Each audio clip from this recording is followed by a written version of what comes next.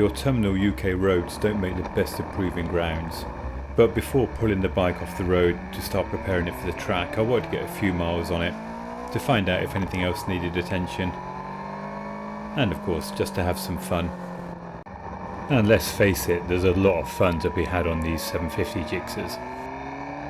I'm fairly lucky where I live that I've got a couple of motorways within a couple of miles of my house, but even so, properly stretching the legs on this Gixxer is not really an option on the roads.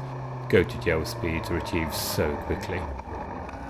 So over a couple of weeks I've racked up 200-300 miles maybe, and got a good feel for what the bike is all about. One thing for sure is that it likes to rev. In terms of finding any problems with the bike, a couple of things popped up, but nothing too significant and nothing that I probably wouldn't be dealing with anyway. I did cover off the exhaust in the first video. It is stupidly loud.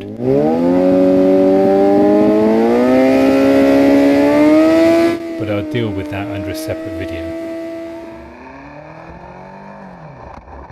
Otherwise I haven't noticed a problem with the clutch. It's fine under normal use, but if I try and pull away under heavy load it gets very snatchy, so that will need looking at. And the other area of concern is the brakes. They're quite wooden at the front, and at one point I did have the brakes spined, although they released before I could determine whether it was the front or the back that was binding. So I will give the brakes a full overhaul, including swapping out all the hoses for steel braided items. Before tackling any of those, I'm going to give the engine a good service. So an oil and filter change. I'll clean the air filter because I'm pretty sure it's a K&N, and I'll fit a new set of plugs. And that's what I'll cover off in the rest of this video.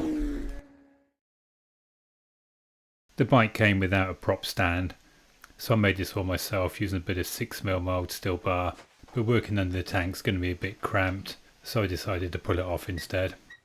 Disconnecting the electrical connection to the fuel pump was bloody awkward, so much so I couldn't get a video, but it's this connector here.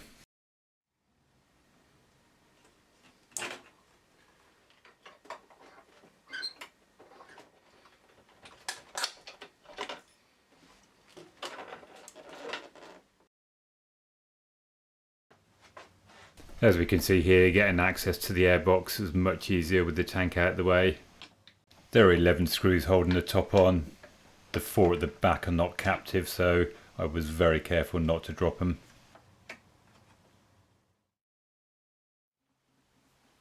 The 2 Allen cap screws holding the airbox onto the throttle bodies are accessed via the frame.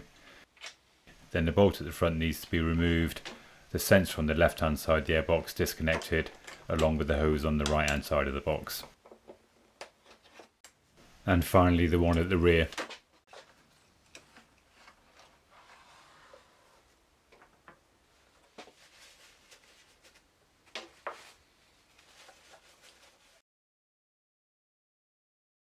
The spark plugs are buried deep within the head, and the caps for each of them have a coil built in. Removing these caps was also bloody awkward. After unplugging each cap, it's a case of getting your fingers underneath and around them as best you can, and then pulling them straight up out of the head. I'd previously removed this one and it was way harder than what it looks like in this video here.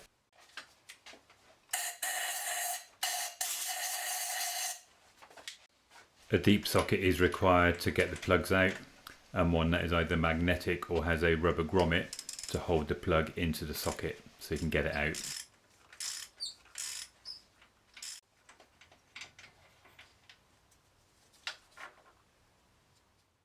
To avoid the chance of getting anything mixed up, I did my plugs one at a time, and although I checked the gap for each of them, they were good out of the box.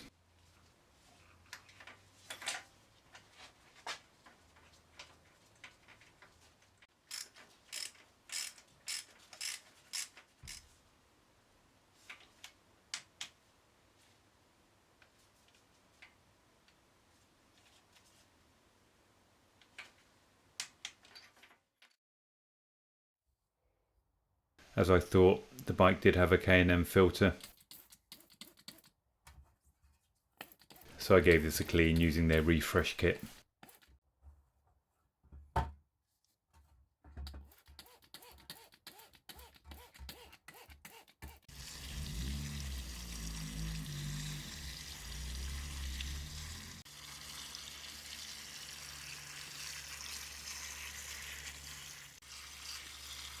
and left it to dry overnight.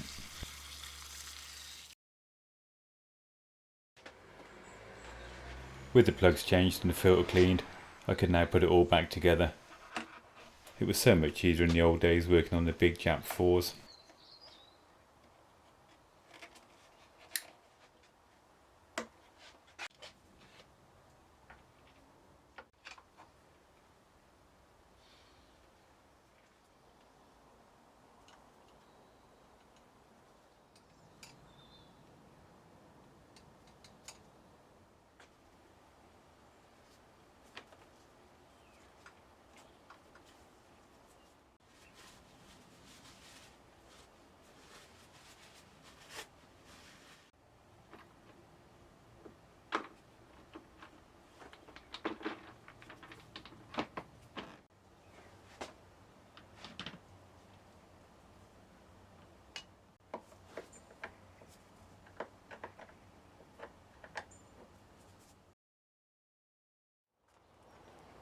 Getting this bloody tank back on single-handedly was a struggle, an epic struggle. I think it took me about 10 minutes in the end, but I persevered and got it back into place.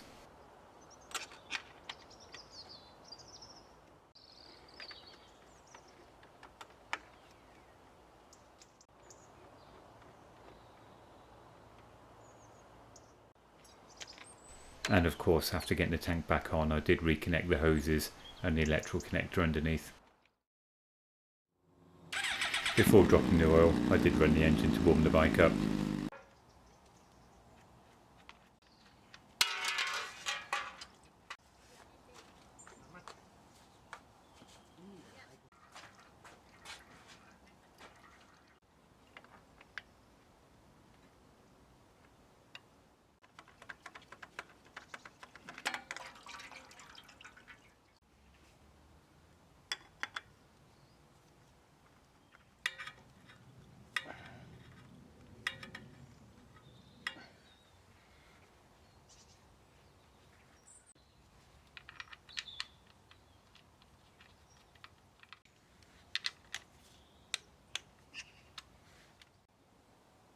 The manual stated 2.5 litres of oil would be required with an oil filter change, and it was pretty much spot on.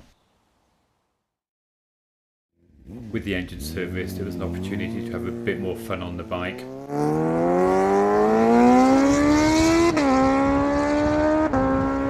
And before the winter properly hits us, I've got the bike booked in for a run on the dyno so I can see what power's been put down at the back wheel with that noisy exhaust.